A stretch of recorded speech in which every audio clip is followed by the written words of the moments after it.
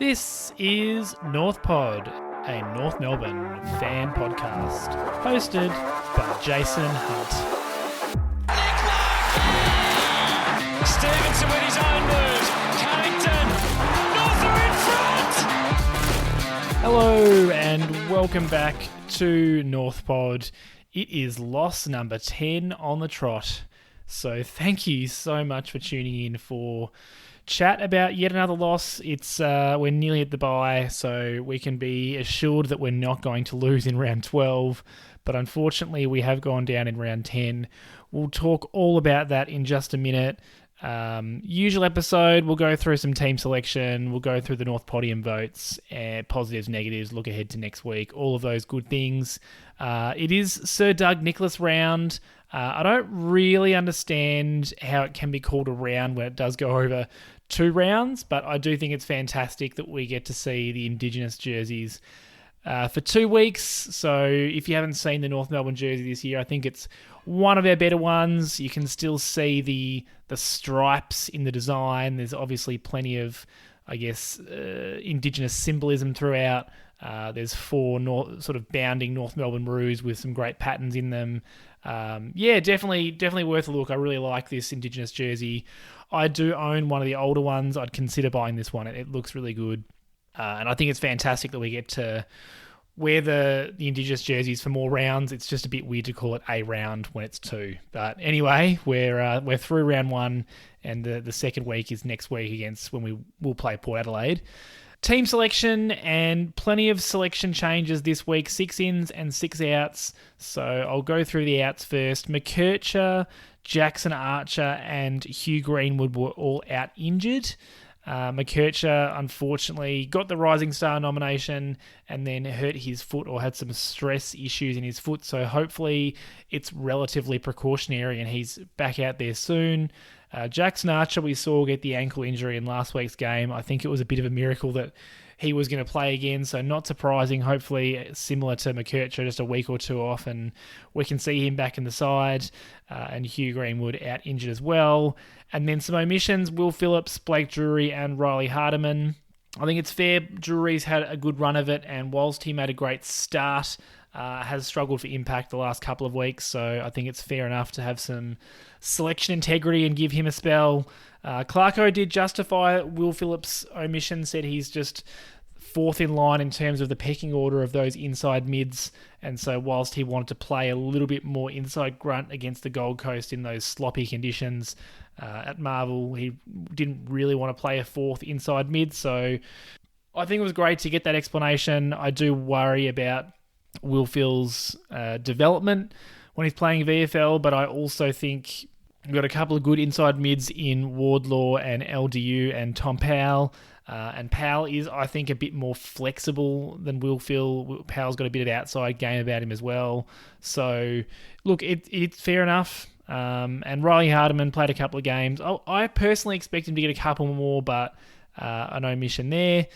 The ins. So Toby Pink came in. We weren't sure if he was going to play forward, but he certainly did. So we will talk about him. Will Dawson to debut as that 3rd tall alongside Corr and Comben. We will talk about his game as well. Curtis Taylor in for his first game for the year, sort of playing off the wing and half forward. Eddie Ford came in and played as the sub. Miller Bergman, similar, came in and played off half-back and has not played. I don't know, did he play at the start of the year? Certainly hasn't played in a while if he did, but it may be his first game for the year as well. And Zane Dersma came back in after kicking 4 in the VFL. So plenty of change there. We've certainly gone taller with Pink and Will Dawson coming into the side, and no real massive players coming out, although I suppose Archer sort of plays semi-tall. Hugh Greenwood can play semi-tall. So that's probably who they're technically replacing. And we did need to get taller because Essendon had the 3 talls up forward with Harry Jones, 2 metre Peter Wright, and Kyle Langford as that kind of hybrid marking medium forward. In terms of the match result, 106 to 66 was the loss, so a 40-point loss. A disappointing result, but I do think there were more positives to take out of this game than there have been in previous weeks. So it shouldn't be quite as dour this episode, or I hope it's not as dour. In terms of the story of the game, they don't call it the Premiership quarter for nothing. It was an absolute third quarter pasting, and that is the major period in the game where we let ourselves down. We lost it 8-2 to 2 goals. So if you break that down, 50-12 was the result in that quarter. Not a lot to say that hasn't already been said at some point this year. We turned it over. We didn't defend the ground well. We let them kick 5 in a row, which there's always a patch where a team gets on top of us and kicks 5 or 6 or 7 or more in a row against us. They kicked 5 in a row to end the quarter and really just killed off any chance that we had of causing an upset. I thought a passage late in the second quarter in the third quarter really summed it up. We chained up going through the middle with handballs. It looked like we were building something. At one point, we passed to a stationary Sherry in traffic, which possibly not the best decision, handballing to a stationary ruckman in traffic. He actually made it work, got it out to another runner, and we kept moving it forward, but we turned it over at centre-half forward, and they just went the other way and goaled. And it just really sums up what we've seen from the side all year. We're 85% of the way to a good play, and then we'll turn it over, and we're just unable to defend it when we turn it over. Another big difference in this quarter was the contested marking. Again, something that we have lacked all year. We lost the contested marks 14-2 across the game. And you just saw they were able to, when they weren't able to transition the ball through running, which they were often, if they did sort of go the kick mark game, they could take a couple of contested marks in a row to get it through that wing and middle part of the ground, which is something that we're just not able to do. Yeah, I mean, I've said it all year. Our marking game and our contested marking game has not been good. And a big part of the reason that opposition are able to transition the ball against us is they can do it in multiple ways. They can take those contested marks and keep moving the ball when we're playing a more one-on-one defensive setup, or when we're zoned up, they're able to chain up, find the space, and just cut their way through. So yeah, it was just all of the same things that we've been seeing all year that went wrong, so to speak. Nothing in this game that you went, gee, that's a new way to beat us. We were our own worst enemies as usual, and Essendon really exploited us in certain areas of the game, unfortunately. So yeah, just more of the same in that third quarter. I'll talk a little bit later about the rest of the game, but I thought if you took out the third quarter, we actually played a relatively competitive game. Now, obviously, you can't just take quarters out of games and, you know, if we took out all of Essendon's goals, we win by 10 goals. You can't pick and choose, but I thought certainly that first half and the last quarter, we were much more competitive. So we just have to capture that and try and recreate that with the old cliche, a four-quarter performance. Because if we were able to do that in this game, whilst we may not have come away with a win, it would have been much more likely a 2 or 3 goal loss, and something much more competitive than what we've been able to dish up for other parts of the year. Particularly given that Essendon do appear to be a good side. If they're not, they're masquerading as a pretty good side. Going to finish the round in second place. So, you know, a pretty good performance except for that third quarter, unfortunately. Everyone's favourite segment, let's look at the 5 stars and who is on the North Podium. And 4 votes goes to Aidan Corr. And look, he definitely had to find his way into the votes. It was a tricky situation with the votes this week. I thought there were 6 players that were clearly our best. Corr was one of those. I'll talk about the others as we go through it. Obviously, his stats aren't going to jump off the page. He had 8 touches, 4 marks, 4 tackles, 2 intercepts, and 8 spoils. Doesn't tell the story. He completely shut Kyle Langford out of the game. I really, really rate Langford. I think he's one of the best medium tall forwards in the game. He's that utility size. I think he's 194, 195, that kind of size. He has absolutely burnt us in the past. And yeah, as I said, I really rate him, and Corr just blanketed him. Unfortunately, in the last 5 minutes or so, Langford did take a mark off I think it was Andrew McGrath, just hacked it off the ground after a turnover, landed in Langford's lap, and he'd kick that goal. But and Corr was not happy. I think it was Bailey Scott that had sort of spilt the mark, which had led to the turnover. Corr definitely pointed, looking like he was indicating that's on you. Yeah, Corr had a really, really good defensive game. Backed up the game that he had against Max King a couple of weeks ago. Thought he was okay against Ben King against the Gold Coast, but he was fantastic. on Kyle Langford and really shut down any of his impact. Not only that, from his 8 disposals, he had 0 turnovers, went at 100%. So he is prone to a clanger or two, Aiden Corr, and I thought he had pretty much the perfect defensive game and therefore deserves the 4 votes. It's a really, really hard place to be playing on the ground for this North Melbourne side, deep in defence against some really tall players, and I thought Corr was fantastic. LDU gets the 3 votes, 27 disposals, 2 goals, 7 marks, 3 tackles, 7 clearances, a goal assist, 3 inside 50s, 28 pressure acts, went at 86% disposal effectiveness, and yeah, just did a bit of everything. What I really liked about his game today was the fact that he was able to hit the scoreboard with those 2 goals. He had that burst out of contested situations, which we know he can have, but he used it positively. He broke tackles, and whilst he didn't have a lot of meters gained, I thought he was really, really impactful with the disposals that he had. As I said, the 2 goals is massive. We struggle to have midfielders who can hit the scoreboard. He's one of those that should be doing it, so for him to go forward and snag 2 is fantastic.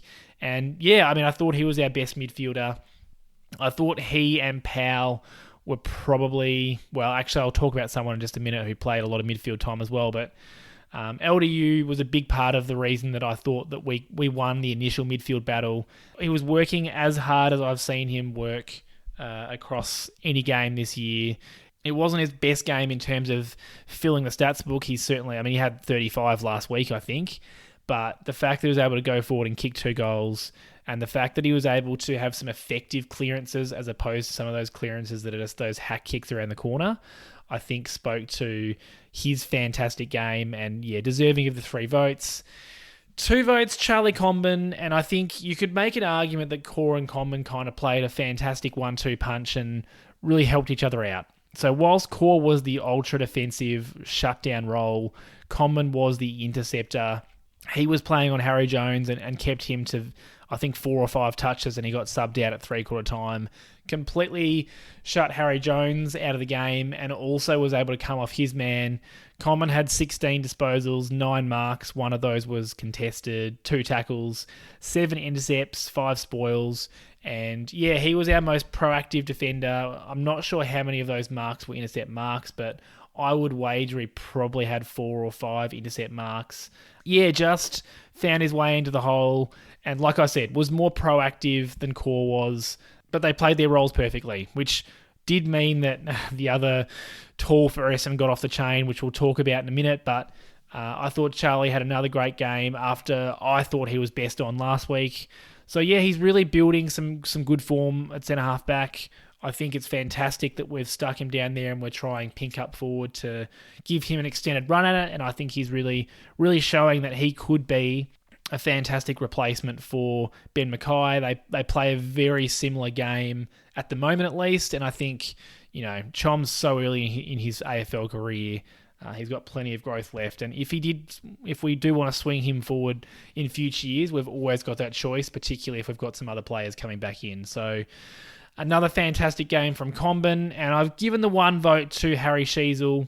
32 disposals, 9 marks, 4 tackles, 3 clearances, 2 goal assists, 6 inside 50s, 26 pressure acts. He spent a lot of time in the midfield. He did go down back in the last quarter, but played much more of a midfield and half-forward game than we've seen. Or rather, he played his best version of that. He's been moved out of defence for a little while now, but I thought this was his best game in this new role. Sure, he still accumulated a little bit when he went back to half-back, but I thought the 6 inside 50s, the 2 goal assists, the fact that he was actually impacting with his disposal, had some great chains with Wardlaw and LDU and Powell.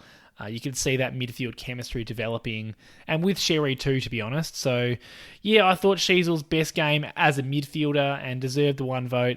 The 2 that were unlucky that I thought were in our top 6 were Sherry and Powell.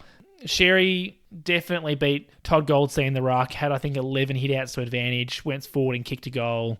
A little untidy with his disposal at times, Sherry, but was probably unlucky to miss out on the votes. And I thought Powell, as our 3rd best midfielder, was also fantastic. He had a very similar game to Sheezel, and I could have really picked either of them, but I went with Sheezel. I thought that he was just slightly more impactful. So they were our best 6 In terms of the best opposition player, you could not go past 2-metre Peter Wright.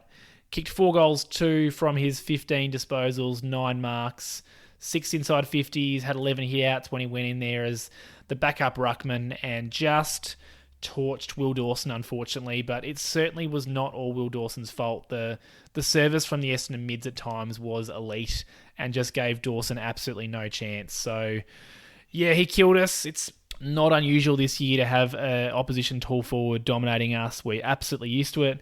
And he could have had a couple more. He missed 1 or 2 that he would have normally snagged. So the fact that he only ended up with 4 goals, 2 was probably a little lucky. But I certainly don't want it to come across as though Will Dawson had a howler. I thought that he was definitely beaten, but Peter Wright really just on the lead, took some fantastic marks, some great contested marks. And yeah, was the difference maker in terms of the forward lines of both sides, because Larky was only able to kick 1 goal. We didn't have that tall forward that dominated. Peter Wright was able to do that. And, part of the reason he was able to do that was because of the other 2 Essendon tools who were being taken out of the game by Corr and Comben respectively. It meant that Wright was playing on our 3rd best tall defender, and as a result was able to kick the 4 goals. So, yeah, fantastic game from Peter Wright. It's hard to believe that the Gold Coast Suns had him on the scrap heap, and the Essendon was essentially able to get him for nothing. He's a fantastic player, Peter Wright, and really coming into some fantastic form the last year or two. In terms of what the North Podium looks like as a result of that, Sheezel extends his lead ever so slightly. He's on top on 19 votes with 1 game to go before the bye. Sherry and LDU are on the 2nd place position. They're on 14 votes, and Tommy Powell on 10 is in the bronze medal position. Comben 7, Curtis McKercher on 6 behind. So you can see a clear best 3 that are emerging, although Comben is really challenging that pack to be the 4th or 3rd best player for the year. I will take this opportunity before we jump into the positives and negatives just to do my usual call to action. Please share me with any North Melbourne fans you know. I really appreciate the people that have done that in recent weeks. At North Pod Show, you can find me on most social media. Please give the podcast a subscribe and give us a review or a rating if you can.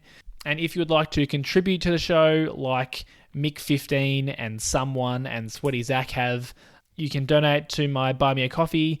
It's buymeacoffee.com/NorthPodShow, or you can find the link in the show notes. Any and all donations are appreciated, and that has helped support the show. So thank you to Mick15 for the 3 coffees. Thank you to Someone for the coffee. Not sure who that one was. It was, I guess, anonymous. And thank you to Sweaty Zach for the coffee. My youngest listener, I believe he was 6 days old when he was when he was contributing. So thank you to Sweaty Zach and Sweaty Zach's father.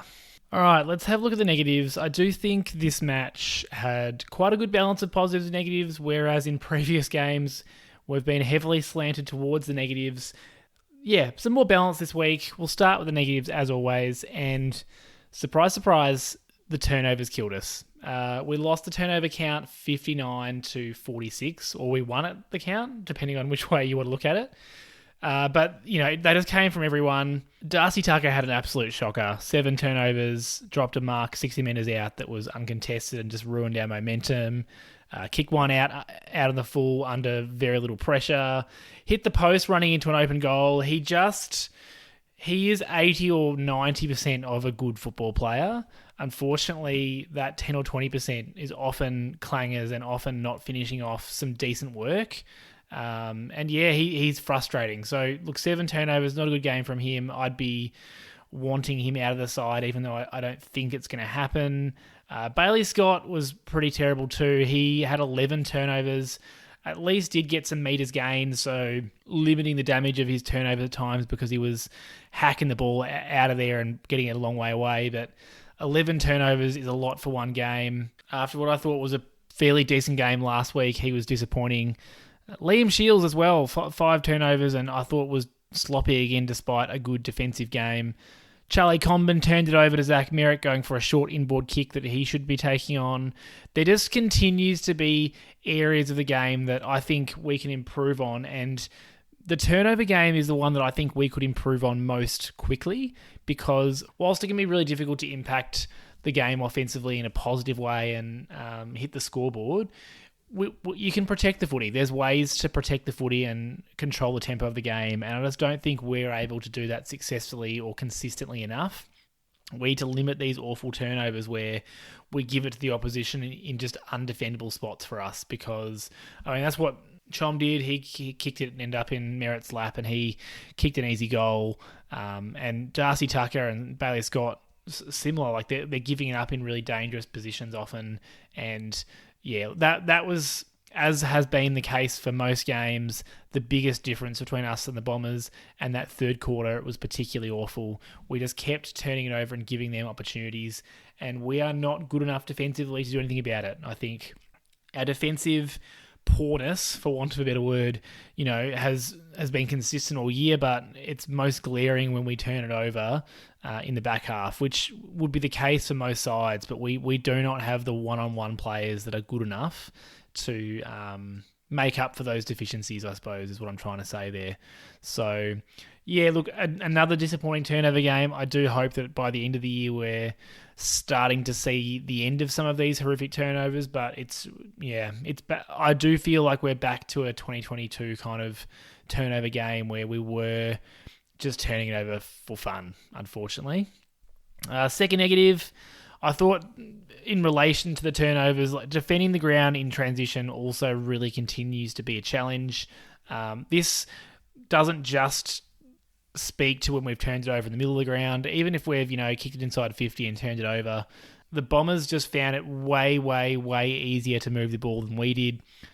Poor old Will Dawson was made to look like Zach Dawson on debut at times, and that's harsh on the young fella. He's a really young kid. He's only 18, only just old enough to be drafted, so for him to be playing his first AFL game is obviously fantastic, and he did a couple of nice things, competed well, had plenty of spoils, but the way the ball was coming in just made his life virtually impossible at times. I really felt for him.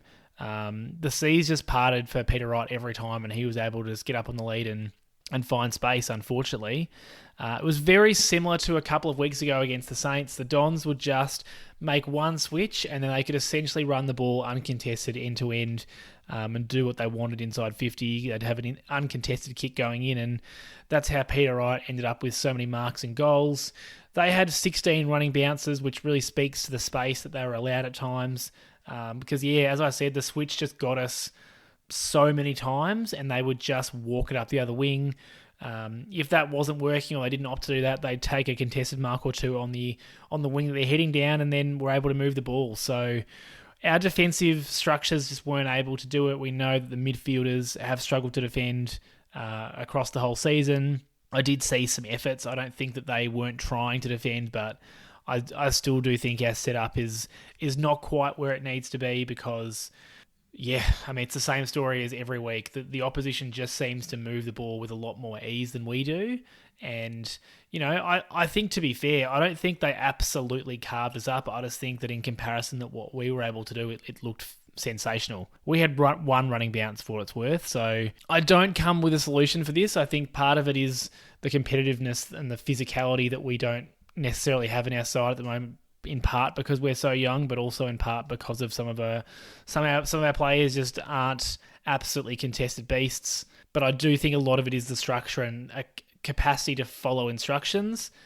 Because, look, from the outside, I think as a layman, it's hard to understand, but AFL teams will often talk about it takes several years to learn how to effectively play a particular game plan.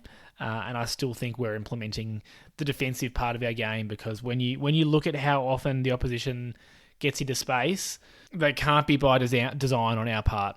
So, more work to do there on the defensive side. It's something that I would like to actually just go and watch at a game. Don't even worry about what's actually happening result-wise, and just see defensively like what it looks like, and watch the back six and I guess the lines forward of that, just to see how they're defending, because there's obviously something that's still not working or not quite working for us at that level. And the third negative, or third main thing, just finishing touches. Kind of like what I said about Darcy Tucker, we're 80 or 90% of the way there sometimes, but our finishing touches ruin it. I think of a moment during the second quarter, we got out the back, Zerha had it and didn't decide. He had Curtis running into inside 50. He had about 5 metres on his man. All Zerha had to do was kick it out and give him some space to run into it and mark it. And he missed him by 5 or 10 metres. Now, he missed him in the right direction, like he kicked it further than he needed to, so Curtis was able to at least run onto it. And through some sloppy play, eventually we did manage to score the goal, but I think that's just emblematic of where we're at, where most teams would hit that kick, they'd grab a mark uncontested inside 50, and you've got time to set up and kick an easy goal.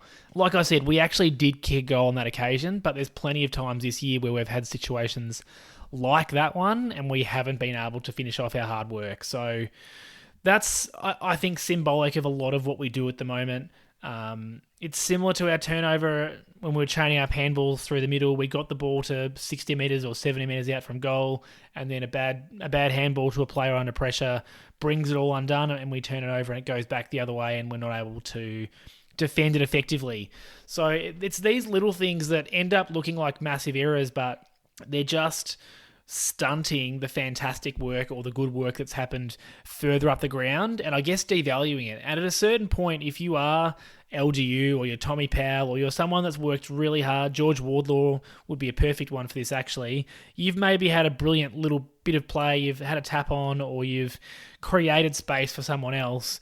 When that someone else then wastes or burns the opportunity by not giving our player that's forward of the ball the best shot at taking a grab or kicking a goal, it's disheartening. And there's a little bit of a, I guess, subconscious part of me that there'd have to be some subconscious element that, makes you second guess whether you're going to do that again. Now, again, I don't think it's a conscious thing. I don't think LDU's sitting there going, well, I'm not going to do that again. I think it's just, it's human nature, it's psychology. Anyone who's played sport knows that kind of intangible momentum element where you get on a bit of a roll and everything kind of, the game slows down for you. And I don't think there's many times in the past 18 months where the game has slowed down for any of our players. And a big part of that is just those really crunching, demoralising turnovers that happen.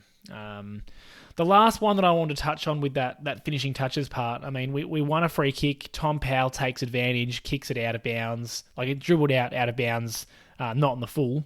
He could have hit a target, he could have lowered his eyes, or he could have not taken advantage and we could have had a reset to go inside 50. As a result of that, Essendon went up the other end and kicked a goal and then kicked another from the resulting centre clearance. And it's an 18-point turnaround. These things make a big difference, and it's finishing touches, because we had the opportunity for a free kick sort of 70 metres out.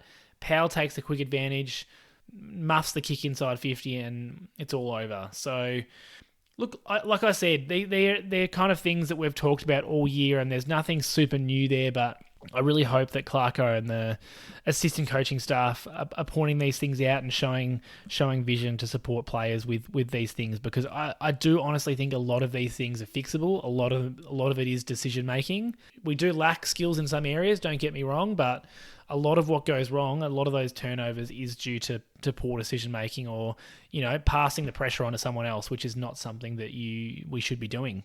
The only other negative, Bergman hurt his hamstring in the third quarter, which is a double negative because we'd already just activated our sub about 3 or 4 minutes ago and had Charlie Lazaro come off for Eddie Ford.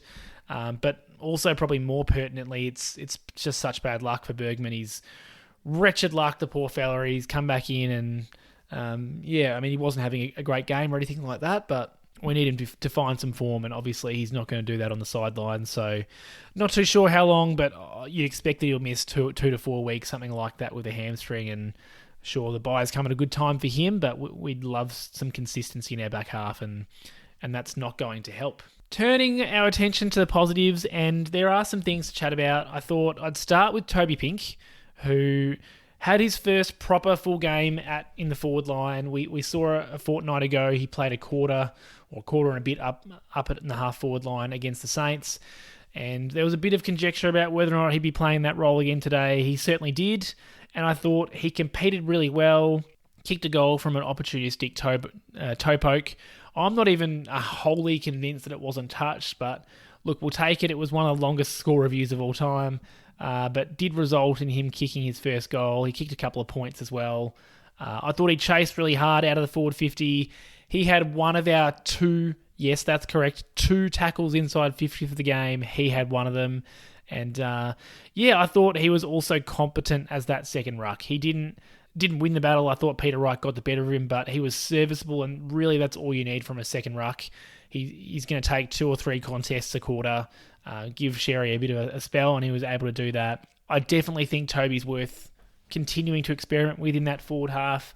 We know that as he was drafted as a forward, he went to Sydney as a forward, wasn't able to break into that side, but has played defence in the Sandfulham for the past couple of years. So he's not completely without craft.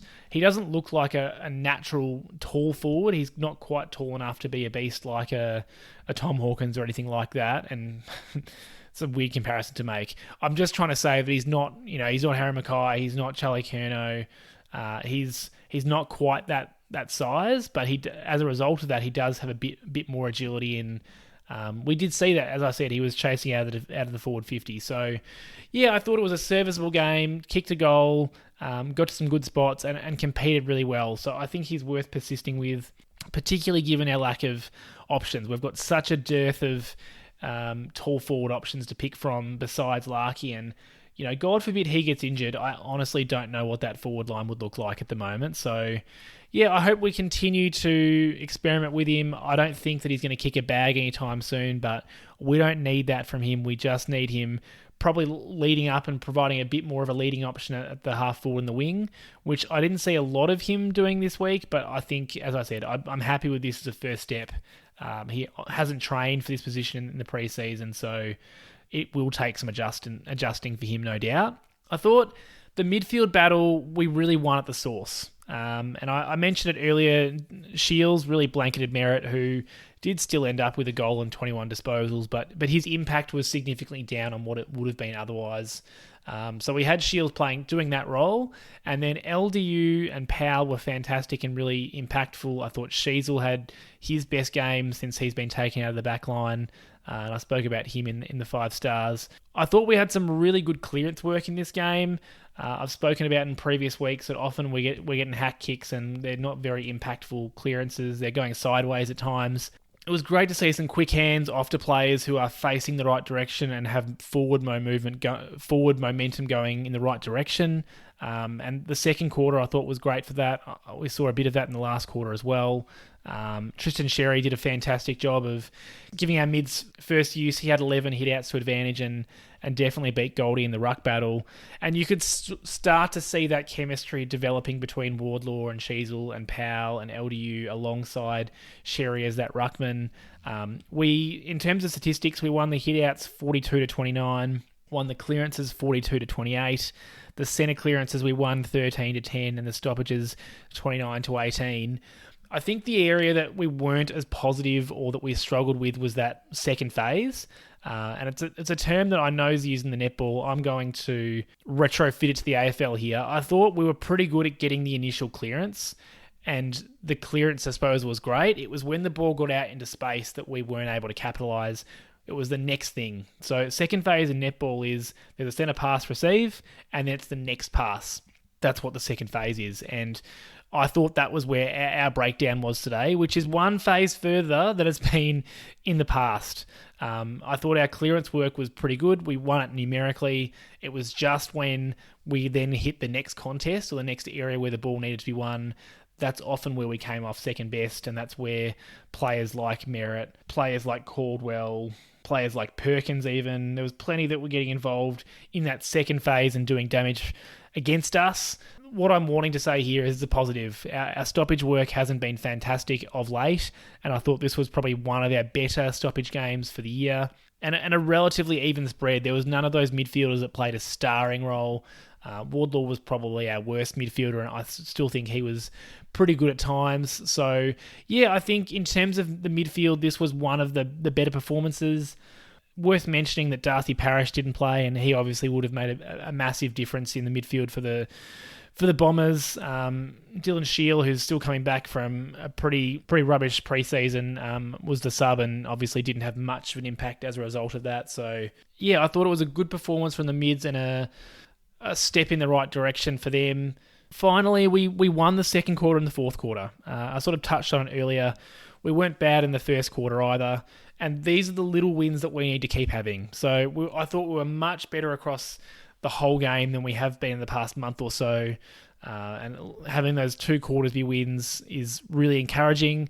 Now, it's not... You can't do it. You can't compartmentalize the game like this. But if you took out the second quarter, we lose by 2 points. It's 8-8 to 8-6.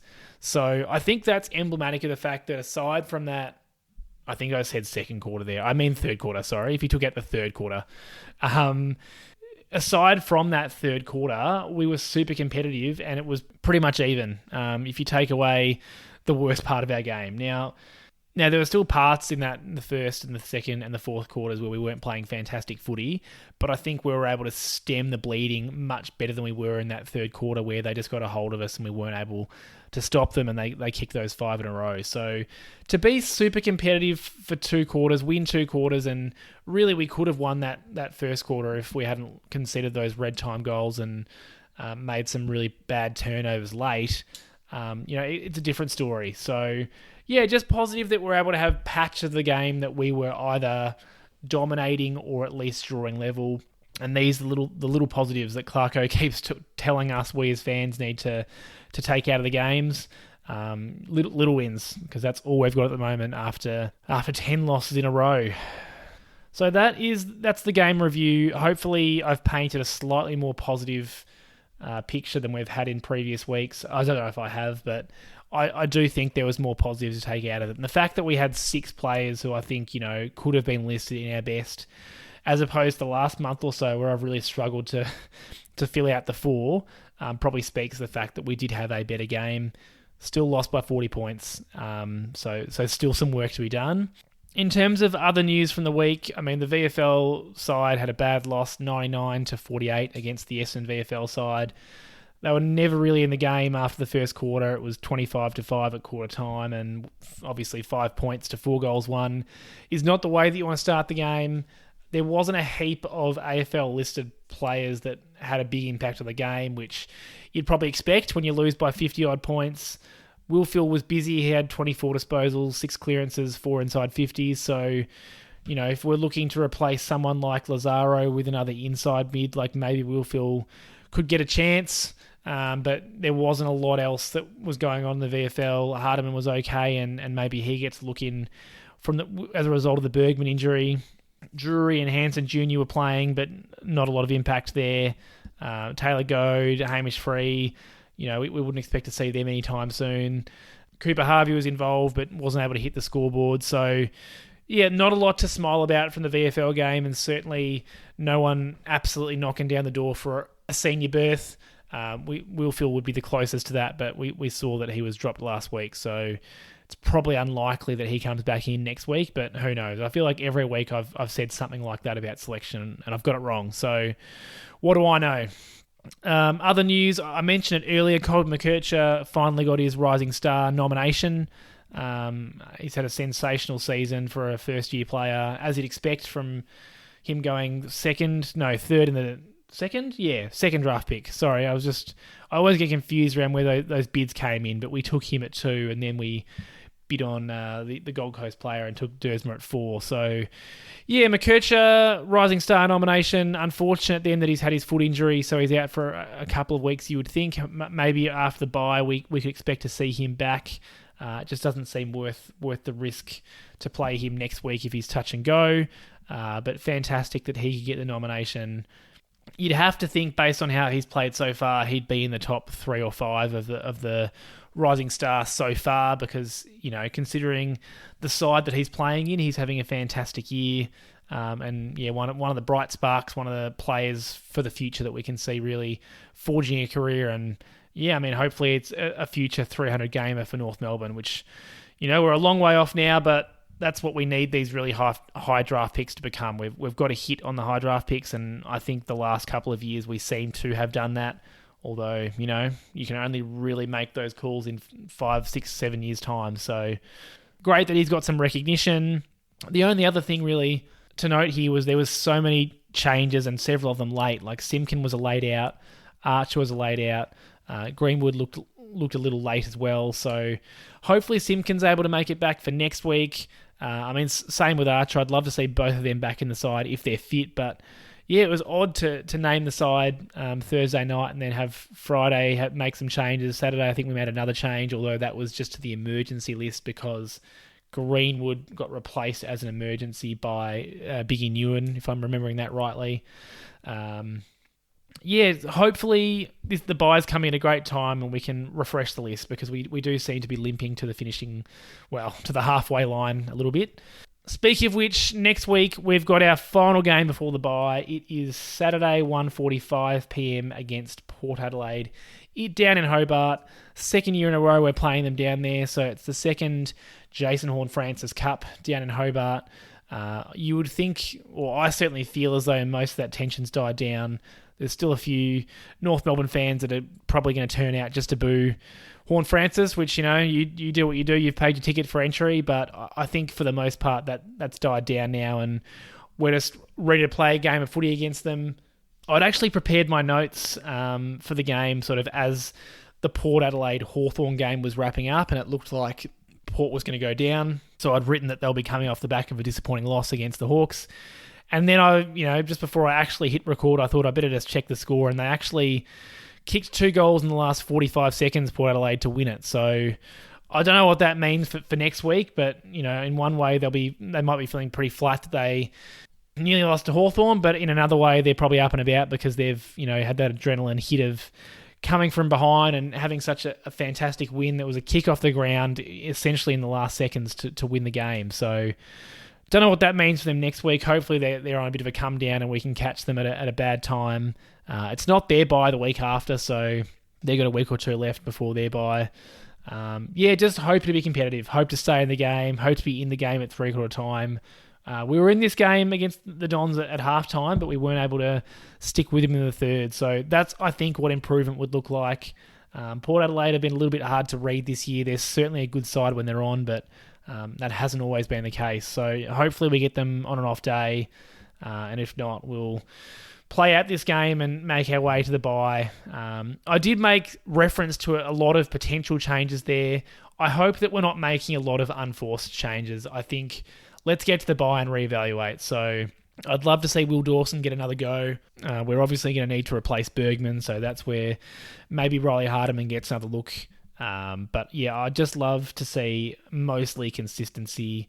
Lazaro is probably another one that, if he was an omission, I wouldn't be too upset, but I also don't know what we bring in because he's a midfielder that's playing in the forward line. So essentially that's a Blake Drury or a Robert Hansen Jr. or a Cooper Harvey. That's the kind of player that could replace him because he's not playing any midfield time. Maybe Eddie Ford just plays the whole game and we find someone else to be the sub. Look, I don't know. I think Ford probably deserves a chance to play the full game, and I hope he does. But yeah, we'll look ahead to the last game before the bye. I should be able to get that podcast out before the end of the weekend next week, so you can look forward to that. And yeah, I think that's going to do it for us. So as always, hope that you have a fantastic week wherever you are. Hope that you're well. There's plenty of sickness going around at the moment, so stay away from the sick people, or if you're the sick person, stay away from others. And yeah, we'll look forward to chatting after our drought-breaking win against Port Adelaide sometime next weekend. And then we'll look ahead to the bye. Go North! Thanks for listening to another episode of North Pod. If you give me a rating or review on your podcast service, that would be much appreciated. And please follow me on all social media at North Pod Show. I'm on X or Twitter, Instagram, YouTube, TikTok, and I'm also very active on the North Melbourne subreddit. Hope you'll join me for the next episode.